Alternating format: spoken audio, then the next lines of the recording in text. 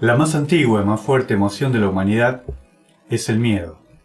Y el más antiguo y más fuerte tipo de miedo es el miedo a lo desconocido. Esto lo escribió H.P. Lovecraft en 1927. Bienvenidos todos a Espiando Miedos. Un espacio para hablar sobre eso que nos moviliza. En este caso, la emoción primigenia. La que todos alguna vez sentimos. El miedo. Primero nos presentamos, yo soy Cristian. A mi lado está... Yo soy Julián, el editor del equipo. Y... Por mi parte Luis, acá también un poco de edición y diseño de sonido. Y entre los tres estamos armando este espacio porque queremos hablar de ciertas cosas. Bueno, ¿qué es Espiando Miedos? Creo que primero se los voy a preguntar a ellos y después contestaré lo que pienso yo. ¿Julián? Bueno, Espiando Miedos nace como un espacio para compartir un poco este amor que todos tenemos por el terror, para poder explorar un poco algunas producciones propias, algunas películas, algunas producciones que nos marcaron y que nos inspiran a tratar de abordar de diferentes maneras una temática que nos interesa tanto. Y bueno, el formato es un formato podcast en el cual vamos a estar cada mes compartiéndoles un audiocuento que grabamos para compartirles, y después del cuento van a encontrar estos episodios de Charlando Miedos en los cuales nosotros vamos a hablar un poco de lo que pasó, de lo que está pasando y lo que va a venir en todo este espacio en el que compartimos esta temática de terror. Por mi parte me gustó también crear el espacio para poder no solo, digamos, ser un espectador pasivo de la situación, sino poder uno mismo ser partícipe. Por ejemplo, Cristian escribe cuentos, luego de la mano de Julián se editan, se trabajan. Por mi parte luego trato de darle forma en cuanto a lo sonoro por ahí, y poder llevarlos y poder estar creando algo de ese medio y de ese rubro que por ahí uno disfruta de como espectador. Siempre me intrigó a mí estar un poco del otro lado del mostrador y poder decir humildemente como podemos y como nos sale, estamos haciendo nuestra propia producción del rubro, y la verdad que en cuanto se dio la posibilidad lo charlamos y dijimos vamos a darle. Bien, está bueno, está bueno. La verdad que conozco a estos dos locos de hace tiempo. Cuando yo me largo a escribir, pienso que daba para más, que se podía hacer algo más. Pero me gustaba buscar gente que sepa. Y yo creo que tengo a mi lado de los mejores. Por la creatividad. Que sepa mentir. Son los mejores porque son los que tengo, obviamente. Pero me gustó. Era solamente juntar dos mentes creativas y potentes. Y hoy estamos sentados acá. Y hoy hay edición y hay diseño de audio. Próximamente audiovisual. Así que yo creo que estamos en la senda, estamos en el camino. Yo solamente tengo que sacar las cosas esas que pasan retorcidamente por mi cabeza. Ellos le dan la forma. Arrancamos con Adiós Ofelia, un cuento que escribiste y que pudimos narrar y compartir un poco a la audiencia. Contanos, Cristian, ¿qué te inspiró a escribir el cuento? Si tenía que empezar a explorar lo que son los miedos, y yo quería ver qué es eso que trabaja en la cabeza, pero que no tiene que ver con un trastorno. No quería hablar sobre un loco simplemente. Quería hablar sobre algo de la paranoia. Y la paranoia lo que tiene es que te muestra las cosas sin distorsión. Uno sabe que él está viendo lo mismo que estás viendo vos. Un paranoico ve lo mismo que vos, solo que lo le interpreta distinto. Lo lee distinto. él produce su realidad, no la recibe distorsionada. Entonces me parecía lo más importante.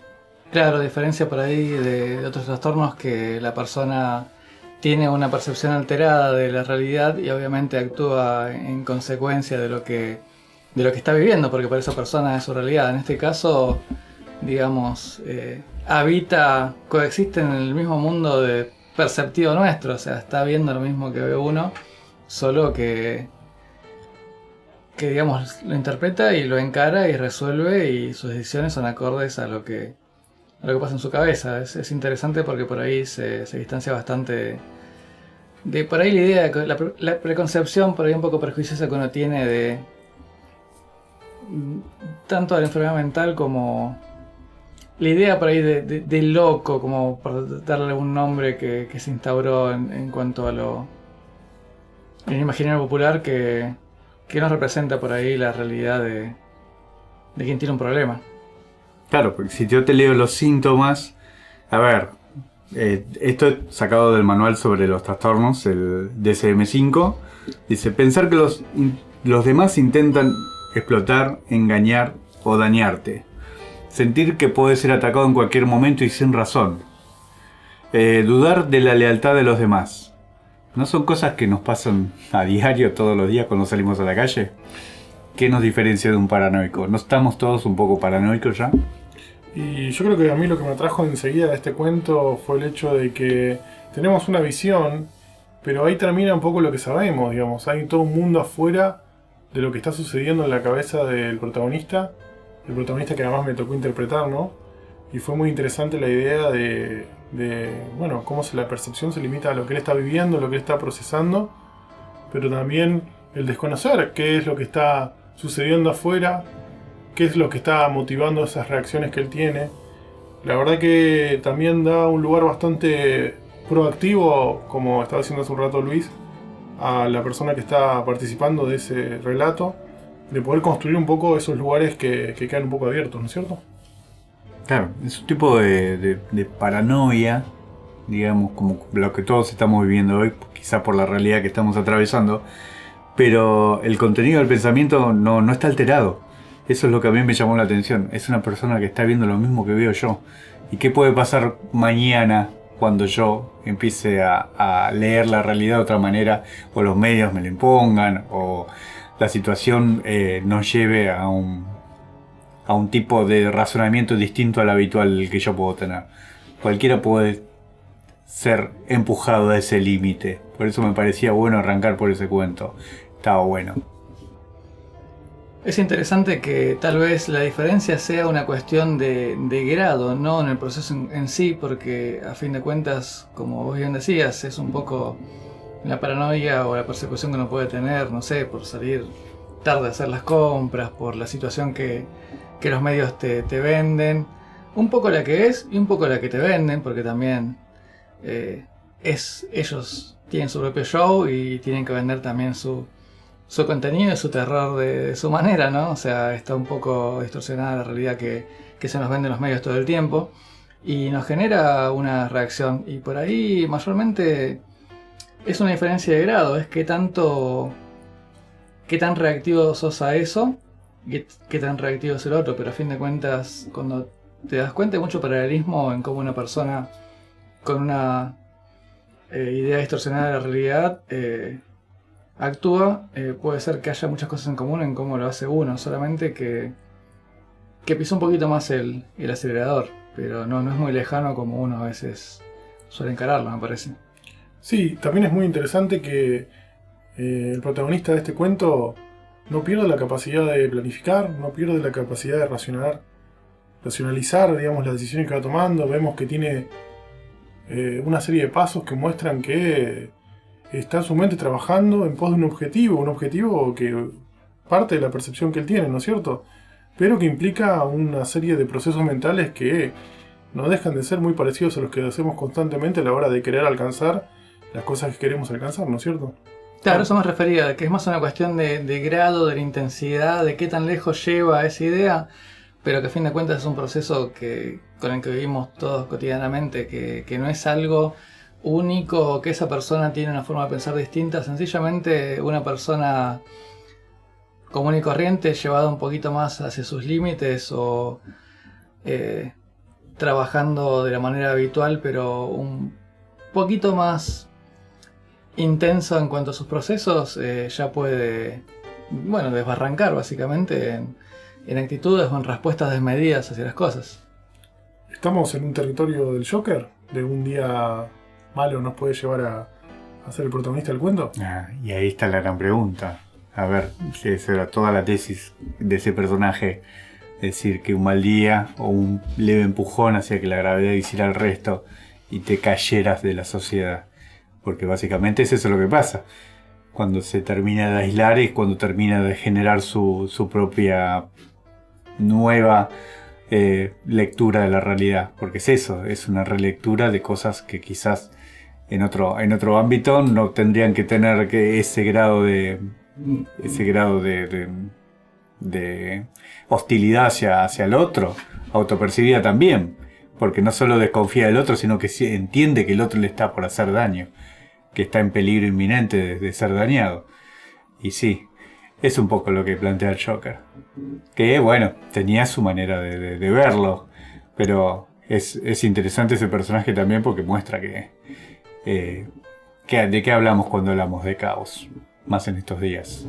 Es decir, la paranoia es simplemente prestarle más atención a eso como algo cada vez más cercano. Y también lo podemos conectar con el no pertenecer a un grupo, a una comunidad. Hablábamos un poco antes, cuando estábamos preparando este episodio, de un poco el miedo de no pertenecer, ¿no es cierto? ¿Hasta qué lugares nos puede llevar el miedo a no pertenecer? Y el miedo a no pertenecer dispara cosas más instintivas, cosas más grabadas en el hardware del ser humano. Hay que pensar que unos miles de años atrás el no ser aceptado, el no compartir con tu comunidad, el ser dejado de lado implicaba casi obligatoriamente la muerte, o bien por hambre o bien por ser acechado por depredadores. La constitución social, todo el elemento de comunidad del ser humano fue lo que le permitió sobrevivir en primera instancia, y por eso se dan ciertas cuestiones en las que el no ser aceptado o el ser dejado de lado, el abandono, la soledad generan impactos tan nocivos para las personas y obviamente para su estabilidad mental también. Sí, es lo que yo siempre estaba pensando. Le comentaba a los chicos lo que es la teoría del cerebro triuno, que es decir, que tenemos como un cerebro muy básico y primitivo, reptiliano, anfibio que se le dice, que solo se preocupa por las funciones no conscientes, respiración, frecuencia cardíaca, pero también de todos los mecanismos de supervivencia. Eso fue lo básico y lo que primero a nosotros nos marca. Después estará la parte límbica, la parte del placer, que tiene también su incidencia, pero recién después entra en acción la parte del neocórtex, que es la parte más desarrollada del cerebro, que es la que toma decisiones y establece el autocontrol. Pero antes que nosotros podamos darle una razón a lo que hacemos, estamos tomando decisiones de forma emocional. Eso ya está estudiado. Es decir, nosotros actuamos por emoción y después justificamos con la razón. Es un poco como decía Kant, ¿no es cierto? La razón siempre va a encontrar la manera de justificar cualquier cosa que hagamos a posteriori. Qué potente y qué peligroso que puede ser el hecho de poder encontrar racionalidad a cualquier tipo de accionar que tengamos, ¿no es cierto? Yo creo que eso está motivado, ahí es uno de los orígenes del terror mismo. Necesitamos crearnos una estructura racional que justifique nuestra propia acción en el mundo, porque nos da terror pensar que no existe una estructura o un orden. Actuamos sin orden, sin estructura, solo por capricho casi, pero no soportamos la idea esa. Entonces necesitamos darle después, enmarcarlo en una estructura de lo hice por tal o por cual o por lo que fuera. Necesitamos la razón sobre la cosa, Pero la cosa fue previa. Lo que pasa es que no somos incapaces de vivir en un mundo sin sentido. Es la aceptación, no dar una razón, es la aceptación de que vivimos en un mundo sin sentido. Que yo creo que realmente el mundo no tiene sentido y no lo necesita, pero la conciencia humana sí, no tolera. El error mayor está en darse cuenta que vive en un mundo que no gobierna. Exacto, por eso entonces, la contención, lo reglado, lo pautado es lo que le da al hombre el descanso de pensar que hay previsibilidad en lo que lo rodea cuando no es cierto. La ilusión de orden. Claro, bueno, pero tenemos que volver a hablar de que más, en este caso, prendes la televisión, ves las noticias y ves el caos. Y ves el caos que siempre estuvo, nunca fue ajeno.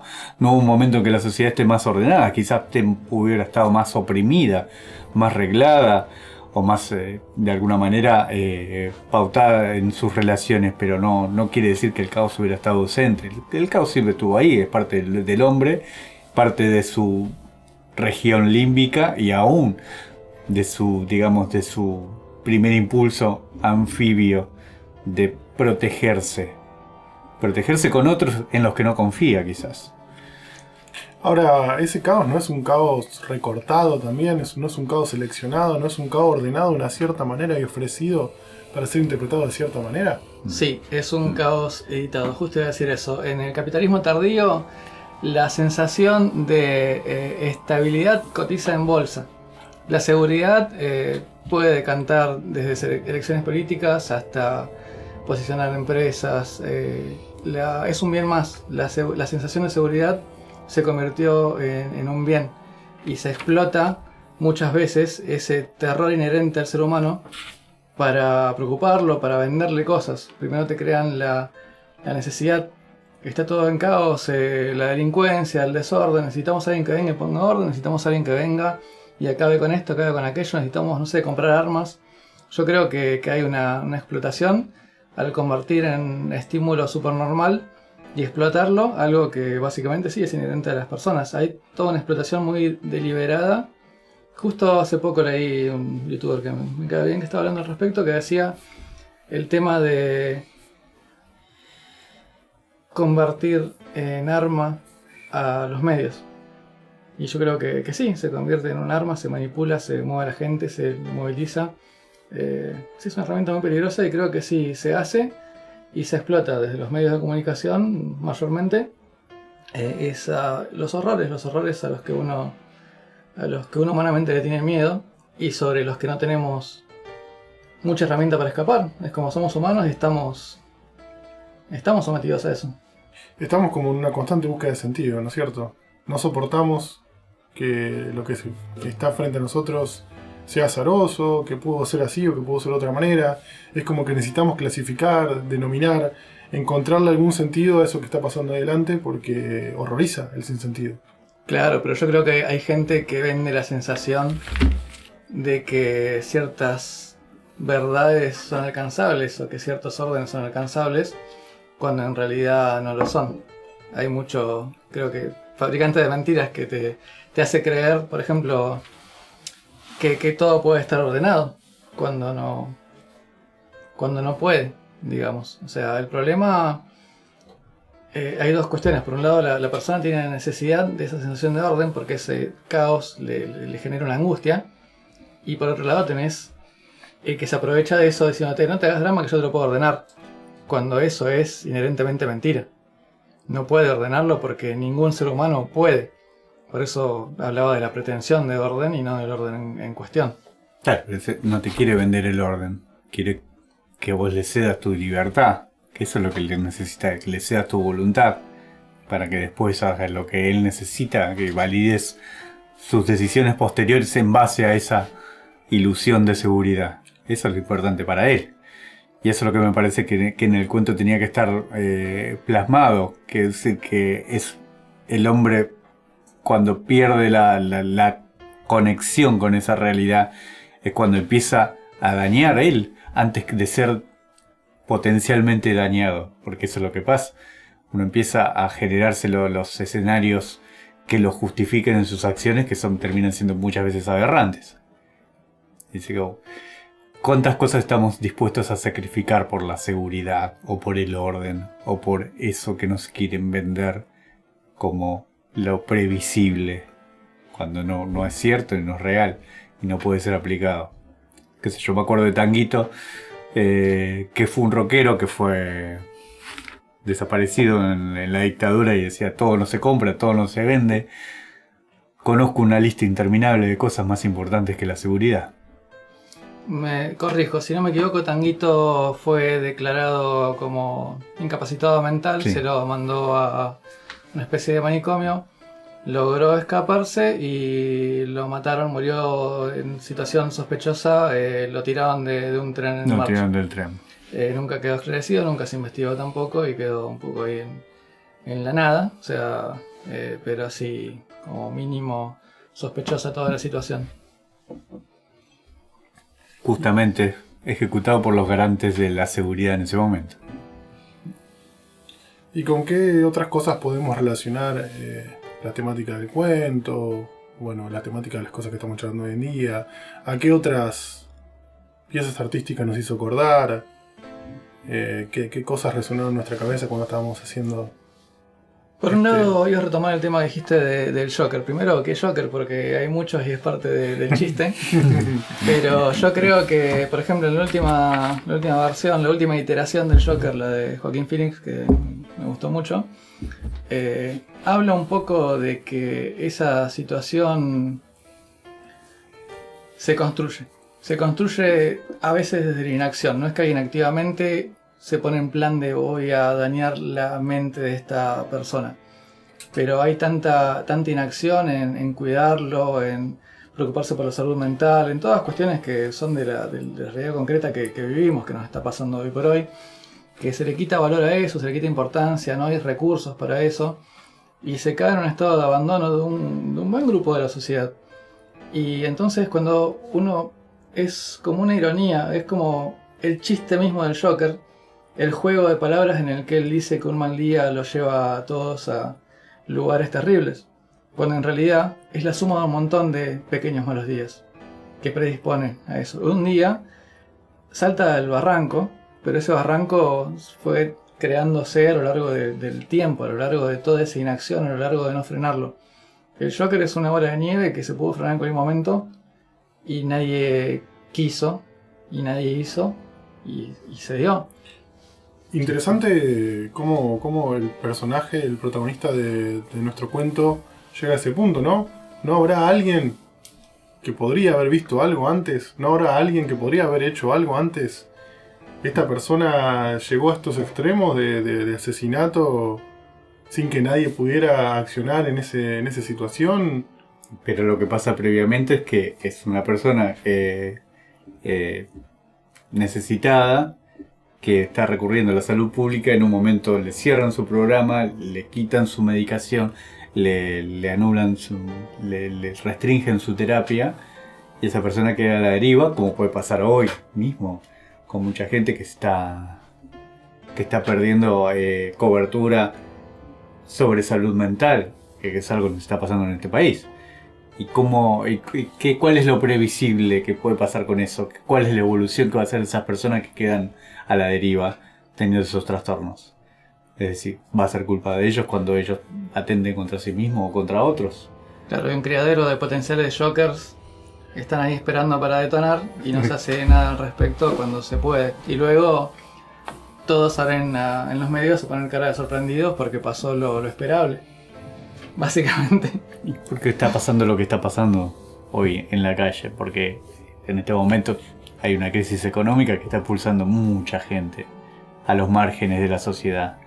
Y todo eso que brindaba la seguridad del grupo, del rebaño, en algún momento se empezó a disgregar, se empezó a romper el tejido social. Nosotros ya lo vivimos en el 2001. ¿Qué pasó?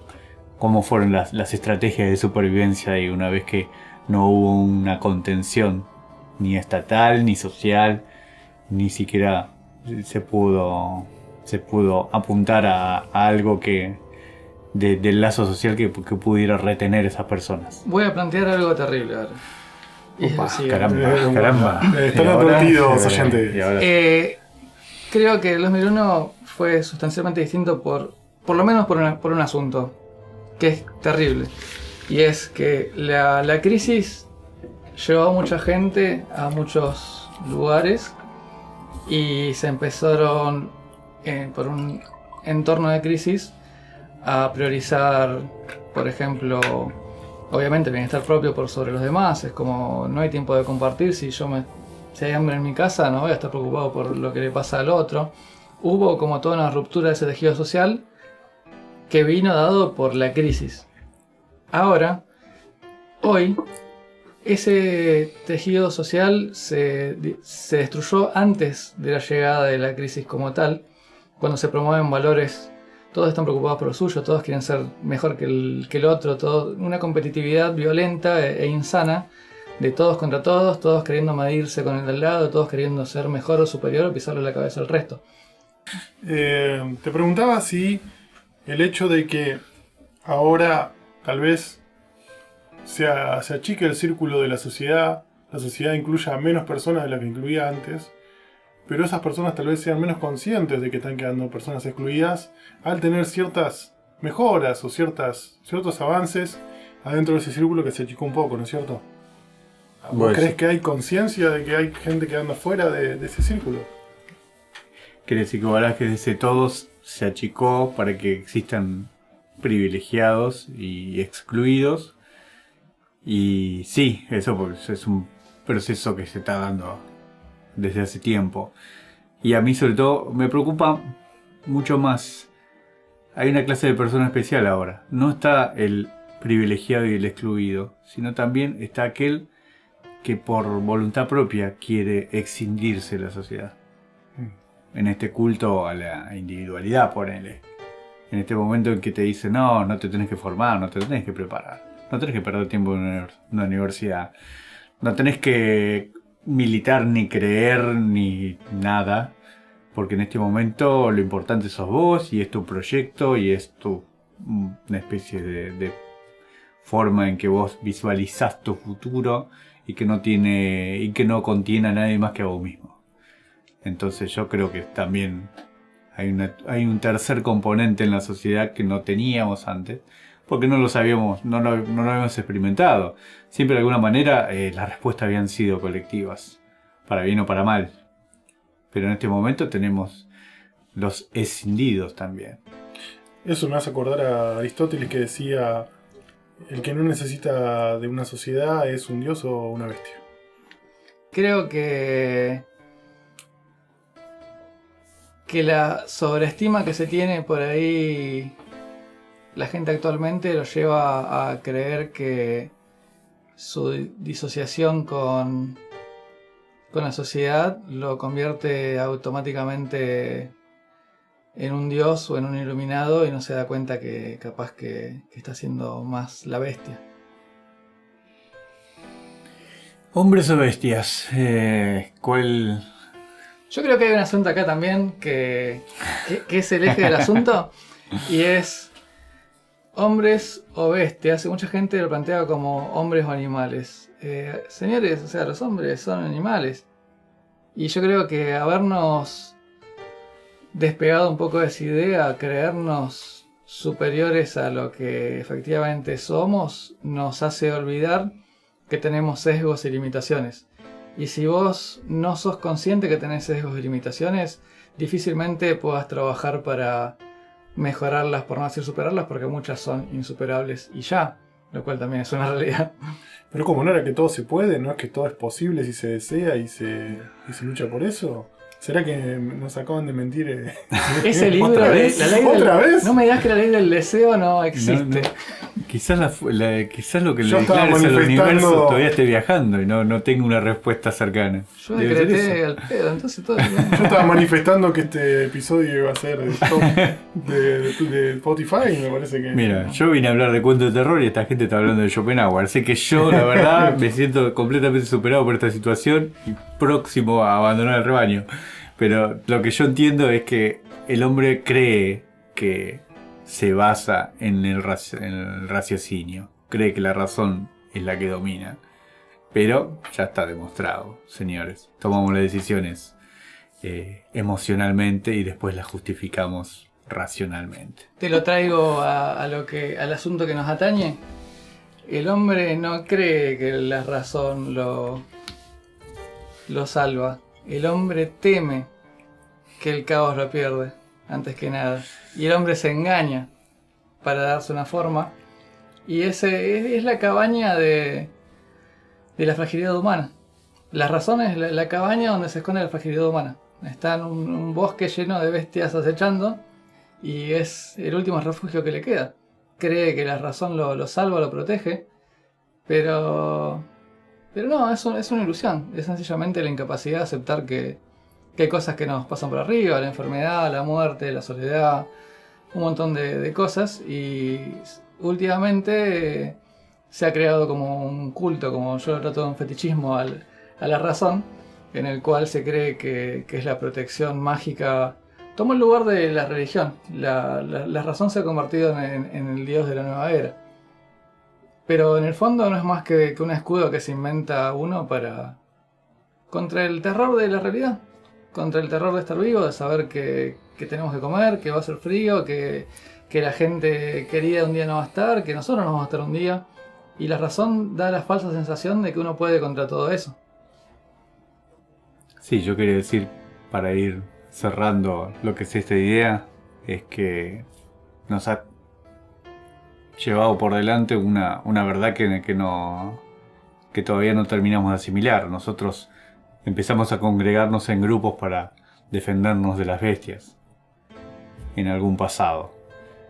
Y ahora estamos entendiendo que nos juntamos y la bestia está entre nosotros. Quizás esa sea la única reflexión que nos puede quedar. Pero bueno, yo creo que por hoy podemos ir cerrando el kiosco. Sí. Me voy a ir a poner con mis apuntes de filosofía porque no me acordaba.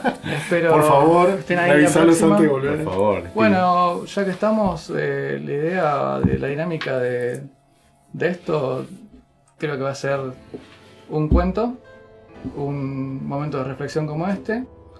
Próxima entrega ya va a tocar un cuento, vamos a tener que laburar. Y luego otro día de reflexión. Y así, si les parece sí. apropiado y si la gente no nos salga a cazar con tridentes y antorchas, creo si que pasamos de esto, es la manera.